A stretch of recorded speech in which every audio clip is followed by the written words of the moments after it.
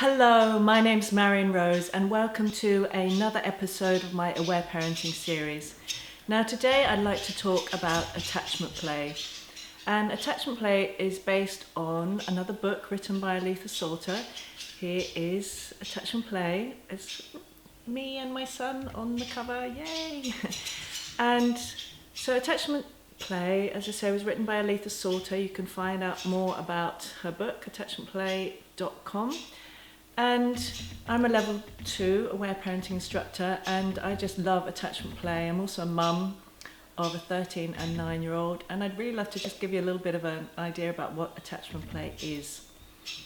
So attachment play is really based on the principle that when children do things that we find most annoying and frustrating, when they won't cooperate, when they keep doing things that we really don't want them to do, when they won't sleep, when they hit their little brother, that all of those things are not what we might have thought from mainstream parenting or from old ways of thinking.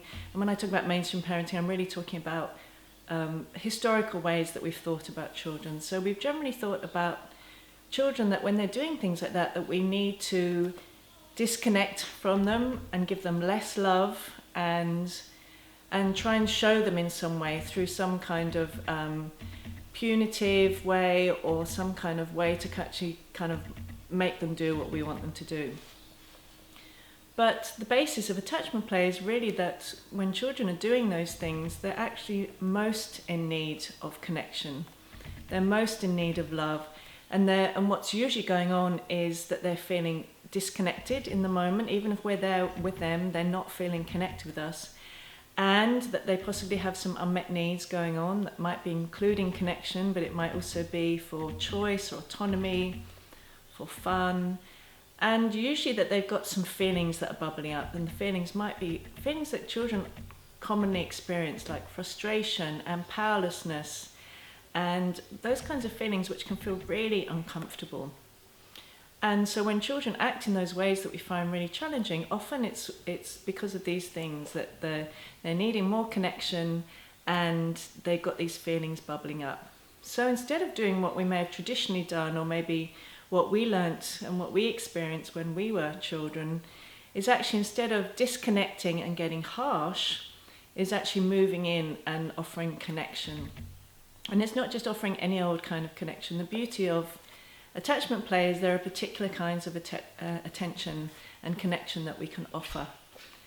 And it's really based on understanding that when we go and fix things at the root cause, of why they're behaving in those ways or why they're not cooperating, that we can actually create real deep and lasting change, rather than kind of sticking plaster ways of trying to be punitive or harsh or trying to reward them, which are really based on an older belief system, really, which was that kind of learning style that we would learn through punishments and rewards, which was really based on studies that were done in the 1950s with rats and dogs. And we've since learned so much more about human beings and about babies and children, their needs and their cognitive capacities.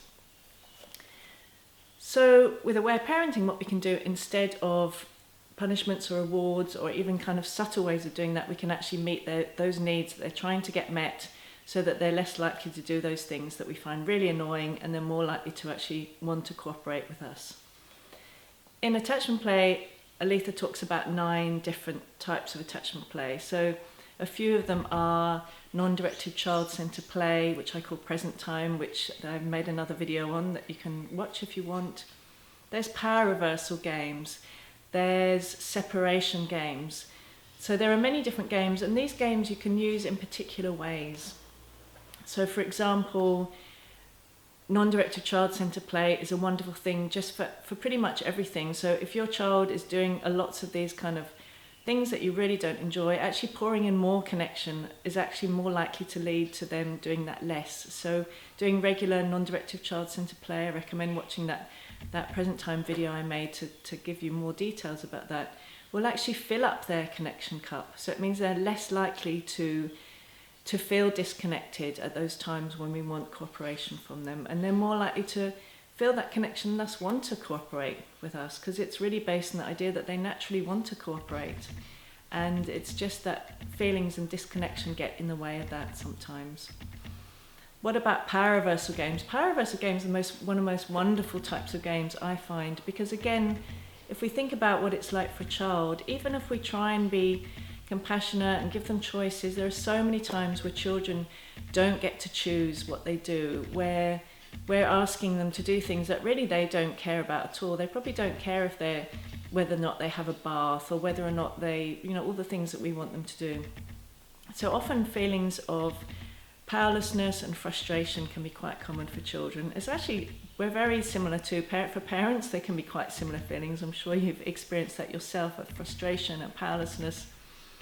The beauty is when we move in and we do power reversal games, both kind of preventatively, so again, if we're doing them regularly, or in the moment when things get tricky with our kids, what happens is children get to release those feelings of powerlessness and frustration. And the way they do that is through laughter.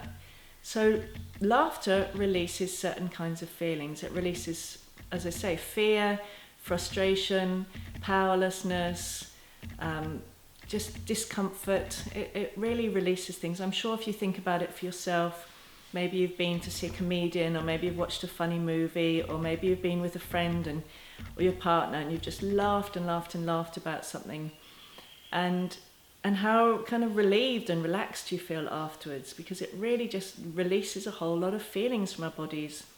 And I think it can be a really helpful thing to know that, because sometimes you may have noticed you've laughed at times where you thought, why am I laughing here? It might have been a scary time, or someone shared something that was quite shocking and you've laughed, and you might have thought, what's going on? And it's because that's our natural mechanism. That's how we release fear and discomfort and agitation, is through laughter. And that's why if you go and see a comedian, well, often you'll find that they'll talk about things like diseases and death and mother-in-laws, and kind of really, again, things that are quite uncomfortable usually for us, and we'll laugh and laugh and laugh, and we get to release our fears about that and our discomforts. So if you're regularly doing power reversal games, and what power reversal games are is where you swap the power for that period of time, where you become the less powerful one, where you let your child be more powerful, and you kind of, in a mock, silly, funny way, you pretend that they're much bigger and stronger and more competent than you.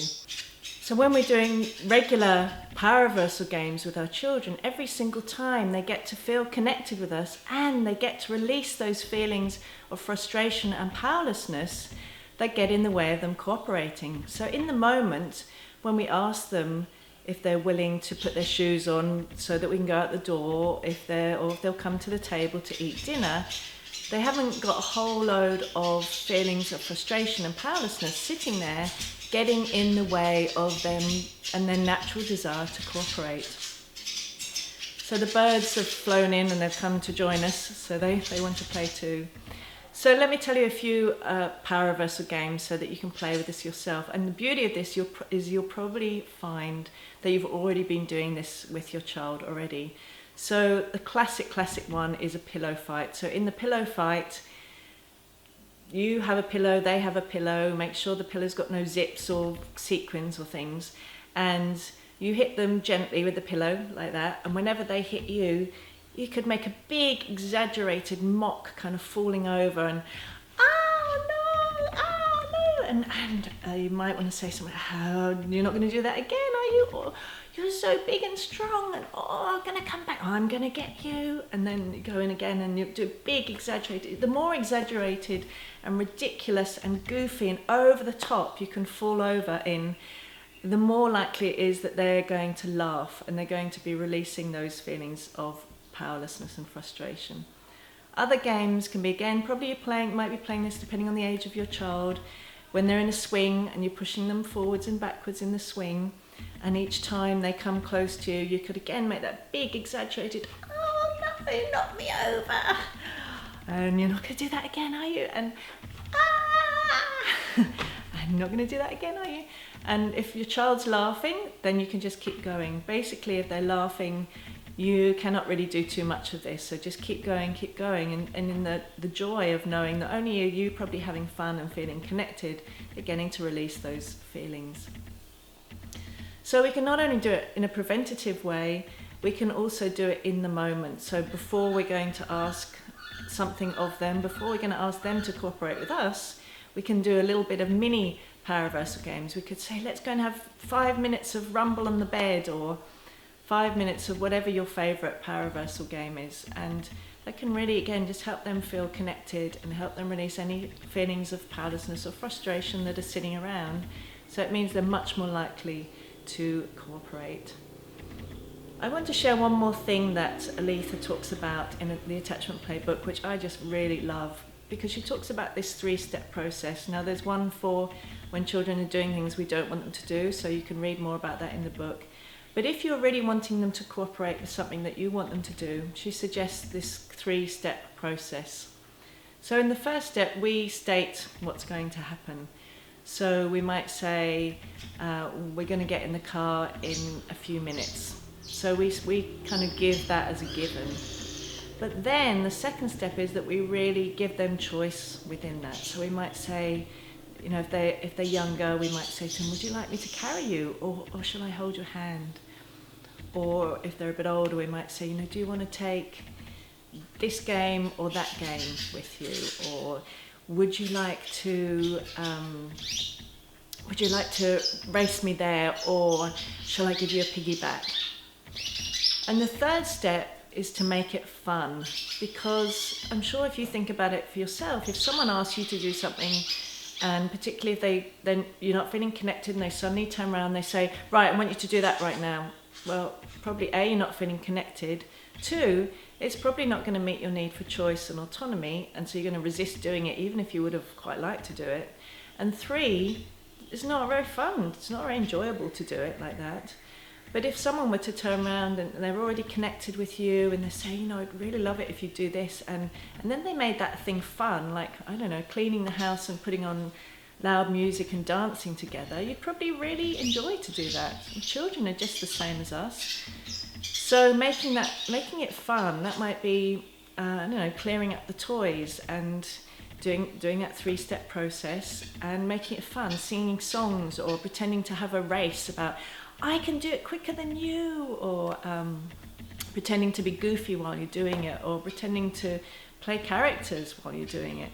So really finding ways of actually making that thing fun. And I'm imagining you'll find, I certainly do, doing that kind of a process means they're so much more likely to cooperate with us. And we can do that in all different aspects of our lives. And the beautiful thing is, about all of attachment play, is that it brings more joy into our lives, into our family lives. Because I'm sure when you thought about being a parent, you probably imagined, I don't know, picnics out with your family and, you know, beautiful fun days. You probably didn't imagine being really serious and harsh and kind of And the beauty of attachment play is the more and more we integrate that into our lives, the more it becomes the new habitual way of responding. So we put these things into place, not only non-directed child-centered play and paraversal games and all the other games that Aletha talks about, we put them in habitually so that they mean that there's a general sense of connection and relaxation because of all these feelings getting released, but also that it becomes so much easier to use those ways of responding when things get tricky, when our child won't cooperate, when they're hitting their sister, when they won't eat their dinner, when they're not going to sleep. We can use those things because they can become the new natural rather than kind of disconnecting, getting a bit and harsh. We can move in naturally with play and really get to the core of why they're doing that thing, so that they can really shift and so we can be connected again. So I really want to invite you to check out Attachment Play more. As I say, you can see more about it on in the book, on Aletha's website, www.awareparenting.com, and on my website, which is www.marianrose.net.